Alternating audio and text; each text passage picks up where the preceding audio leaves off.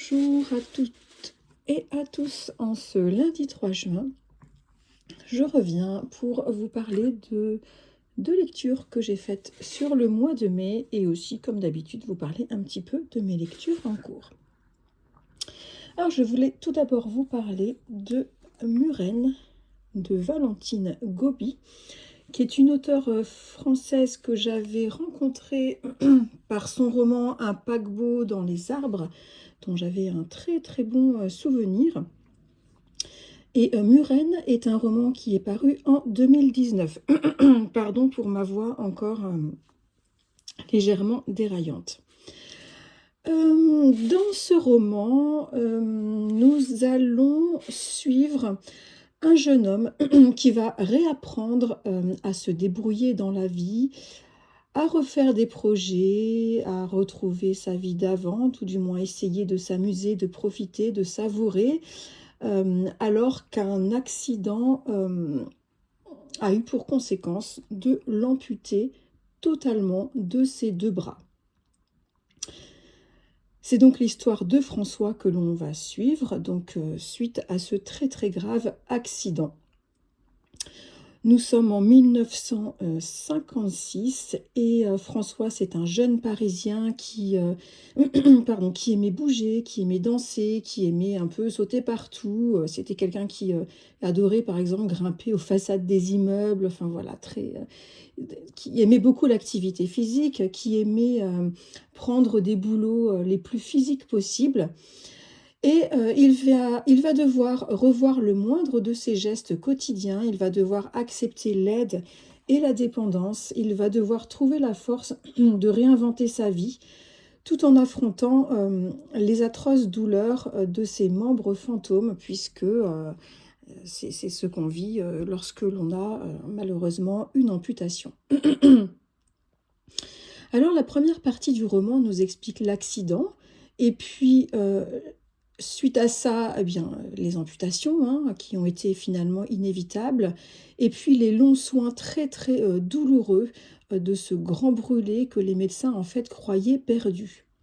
Cette première partie, elle traite de la stupéfaction, du rejet, de la force et de la foi qui sont difficiles, voire impossibles à remobiliser après un tel événement, un tel traumatisme déjà, et puis tels événements de santé. Cette première partie traite également de l'importance du soutien de la famille, mais aussi des belles personnes que le parcours de soins peut amener à rencontrer.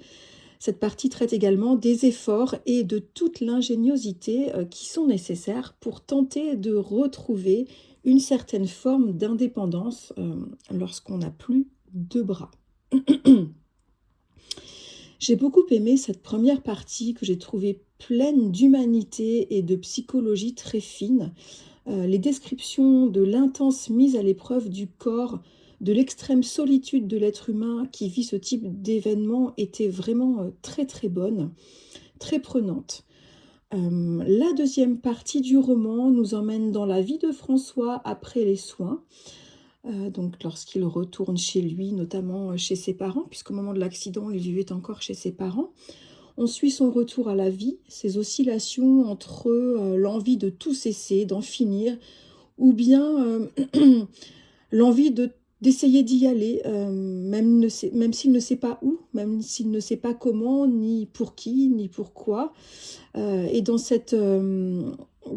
choix de vie, dans cette reconstruction de vie, eh bien, sera développé le rôle important de la famille très aimante qu'a eu la chance d'avoir François, des parents, une mère extrêmement tendre, très présente, un papa couturier qui va lui inventer plein de petites choses pour lui faciliter le quotidien, et puis aussi sa petite sœur qui a toujours idolâtré son grand frère François.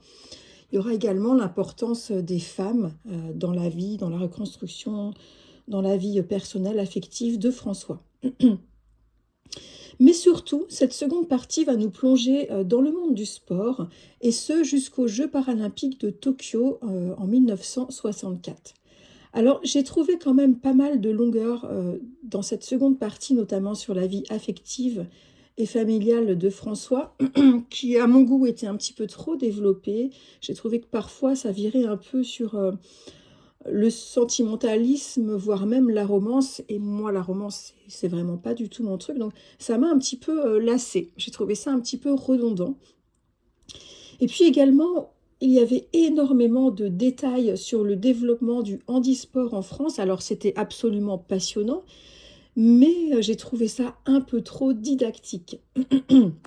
Malgré tout, je conserve un bon souvenir de cette lecture. La plume de Valentine Gobi est toujours aussi limpide et agréable, assez dense parce que bien documentée. Et puis, ben, cette thématique du corps, du handicap et du sport, moi, je les trouve vraiment très, très passionnante aussi parce que ça rejoint un petit peu mon métier. Voilà, c'est une lecture que je recommande fortement aux personnes qui apprécient les thématiques du handicap, de la santé et du sport, et puis que je recommande aussi fortement en cette veille d'Olympiade et de Paralympiade. Voilà pour cette lecture, Valentine Gobi-Muren. Et j'ai oublié de préciser que c'est une lecture que j'ai faite en lecture commune avec Olivia et avec Jessica. Je mettrai le lien vers les chaînes d'Olivia et de Jessica, qui l'avaient toutes les deux dans leur pile à lire. Donc, on s'est fait une petite lecture commune et c'était bien sympa.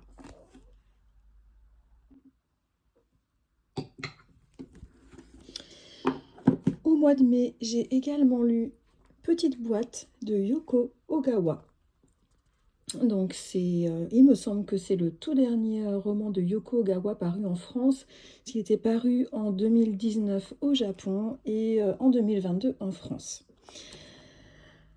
Alors, je me faisais une joie de retrouver, de me plonger dans ce roman parce que j'aime beaucoup, beaucoup Yoko Ogawa depuis toujours. Mais ça a été une lecture très étrange. Alors, on va suivre une femme qui est la narratrice, qui vit seule dans une ancienne école maternelle japonaise qui n'est plus en fonctionnement. On ne saura pas du tout pourquoi cette école n'est plus en fonctionnement, pourquoi il n'y a plus d'enfants et pourquoi cette femme s'y est installée. En tout cas, le corps de cette femme s'est parfaitement adapté pour vivre dans cet endroit qui est conçu pour des tout petits corps. Très vite, on se rend compte qu'elle a un petit peu rétréci pour pouvoir dormir dans un petit lit. Ses articulations se sont adaptées aux postures exigées par les meubles ou par les sanitaires bas. Sa bouche et ses mains se sont adaptées à la petite vaisselle. Bref, d'entrée de jeu, on est plongé dans le monde onirique, étrange, un peu surréaliste, en tout cas très très mystérieux, si spécifique à Yoko Ogawa. Alors, dans cette école désertée, cette femme a pour rôle, ou s'est donné pour mission, de veiller sur des boîtes bien spéciales. Ce sont des petites boîtes de verre qu'elle récupère à l'ancien musée de la ville qui a fermé. Donc elle récupère ces boîtes, ces espèces de boîtes entièrement, enfin des boîtes où dans le musée on exposait des objets. Et avec l'aide de l'ancien conservateur de ce musée, un homme très étrange qui ne peut plus parler sans chanter, eh bien tous les deux, ils ramènent à l'école ces anciennes boîtes présentoirs du musée afin de les proposer aux parents d'enfants décédés. Ces parents peuvent les louer et ils viennent les remplir d'offrandes qui sont destinées à leurs enfants qui, dans leur esprit, continuent d'évoluer et de vivre. D'ailleurs, ils sont dans la boîte sous forme de petites poupées en bois confectionnées par un menuisier, le menuisier de la ville, qui s'est reconverti dans ces petits objets que l'on peut qualifier de macabres. Alors la narratrice gardienne des boîtes, elle soutient les parents lorsqu'ils viennent rendre visite à leurs enfants. Elle les aide également dans la préparation des grands événements de vie de leur enfant, puisque pour les parents, les enfants continuent à vivre. Donc, il y a des fêtes, par exemple, pour les passages à l'université, pour chaque mariage, pour chaque anniversaire, pour les mariages. Et pour ces grandes occasions, eh bien, les petites poupées, par exemple, on en prend soin. Elles sont coiffées par l'ancienne coiffeuse, eh bien, qui est reconvertie en coiffeuse de poupées miniatures.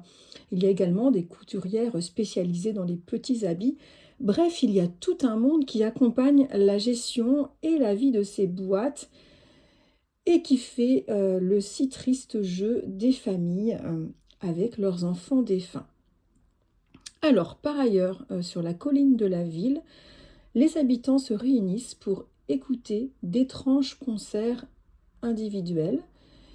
Ils jouent sur des instruments à vent qui sont logés dans leur oreille, des instruments qui sont faits à partir d'eau ou de cheveux de leurs enfants morts. Et les jours de grand vent, on les voit s'agiter et tenter de capter le vent pour tenter de faire résonner l'instrument qui leur permettra d'entendre la voix de leur enfant. J'ai trouvé ça si triste et si glauque. Alors, j'aime le mystère, j'aime l'onirisme qui sont inhérents à l'œuvre de Yoko Ogawa, mais là, c'était tout de même assez malaisant. Il y avait beaucoup, beaucoup trop d'onirisme, justement, un peu cauchemardesque, très, très sombre. Voilà, j'ai trouvé ça ouais, vraiment très malaisant. Et puis j'ai trouvé également très violent l'entretien du déni de la mort des enfants par ces boîtes, hein. Je trouve que c'est pas forcément aidé les parents. Ouais, ce roman m'a mis très très mal à l'aise, ou j'ai pas peut-être pas très bien saisi la thématique, enfin les messages qu'a voulu faire passer Yoko Ogawa. En tout cas, la thématique, je l'ai trouvée sombre, celle du deuil d'un enfant. Et puis aussi les trop nombreux éléments mystérieux de cette histoire, mystérieux et glauques, bah, ça m'a rendu cette lecture très fastidieuse et étouffante, et je m'en suis assez vite détachée. Voilà, du coup, j'ai moyennement aimé ce roman que, ouais, clairement, j'ai trouvé glauque. Et pourtant, j'aime être surprise, j'aime être dérangée et bousculée par Yoko Ogawa, mais là, c'était beaucoup trop. Ceci dit, j'ai apprécié, j'ai aimé retrouver son univers, sa plume, son écriture délicate et poétique, ces univers absolument incroyables, bon peut-être là un peu trop incroyables, qu'elle sait construire pour traiter, toujours de son thème favori.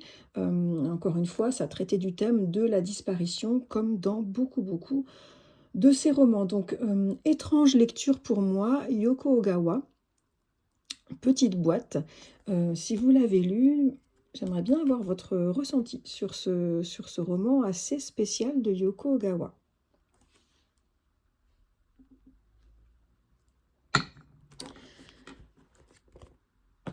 Au niveau de mes lectures toutes récentes, j'ai lu ce week-end L'été de la sorcière de Nashiki Kao, donc un autre roman japonais, écrit très gros, qui s'est lu très très vite.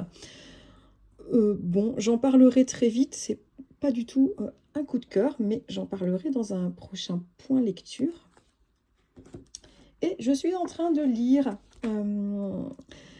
Le Père Goriot de Balzac. C'est pour moi une relecture, mais je me suis lancée dans le club de lecture d'Olivia, qui proposait cette lecture sur le mois de juin. Et Le Père Goriot, c'est un roman que j'adore. C'est une histoire qui, lorsque je l'avais lu il y avait plus de 20 ans, m'avait énormément touchée. Et du coup, j'ai eu envie de le relire à l'occasion de ce club de lecture proposé par Olivia. Donc, j'ai pas eu trop le temps de me mettre dedans, mais je redécouvre les joies de la plume de Balzac, les descriptions croustillantes des personnages et la façon d'amener cette histoire dramatique.